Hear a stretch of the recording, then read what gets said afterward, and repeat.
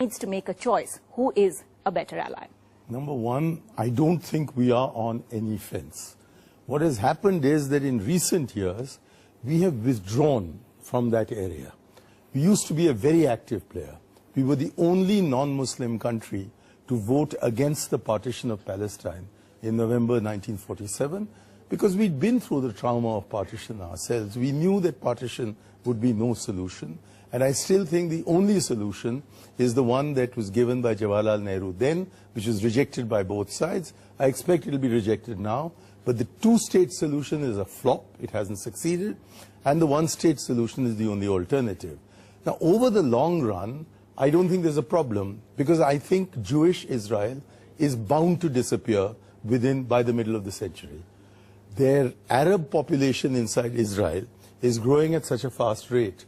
And the net emigration of Jews from Israel towards America and other countries is rising at such a fast rate that sooner than later there's going to be an Arab majority in what used to be Palestine, and so Palestine will return to the Palestinians. But in the next 50 years, I think the issue is that Iran is said to be going towards a bomb.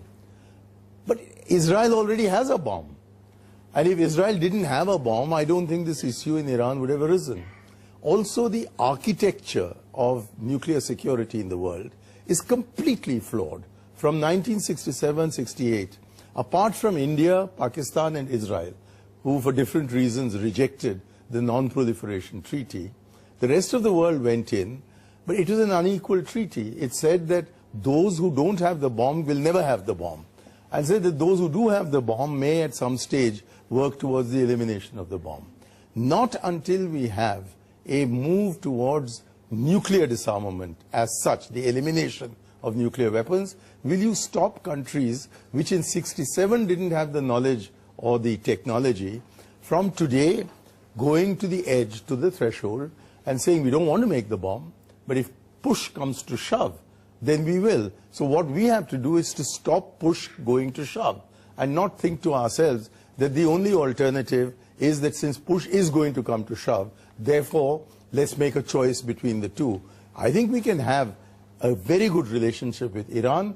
It's almost impossible to have a good moral relationship with Israel because Israel was built as an act of aggression against the Arab people. The behavior of Israel towards its own Arabs and towards its Arab neighbors has been totally deplorable. They have been responsible for more killings than ever.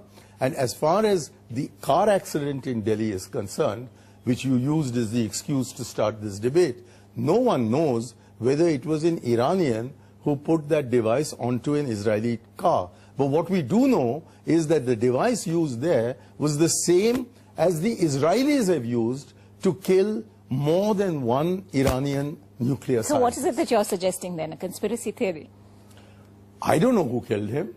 I don't know, I really don't know who killed him, and I'm willing to wait for the answer to come. But if in the context of that car accident you're asking this question, I was saying that there's no connection established as yet, but the question itself is very important. Because the Americans, who have screwed up in Iraq, screwed up in Afghanistan, screwed up in Libya, are now getting ready to screw up in Iran. They don't seem to realize that Alexander did not become Alexander the Great until he had defeated Darius of Persia. Iran is one of the world's most ancient civilizations.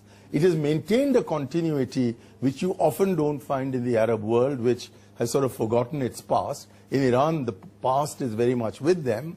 So you go to Shiraz, Persepolis, places like that. Amazing achievements in human civilization. Now, these people can easily make the bomb. All right, we've heard a very impassioned defense of Iran there, but is it a question of a choice for India? Does it have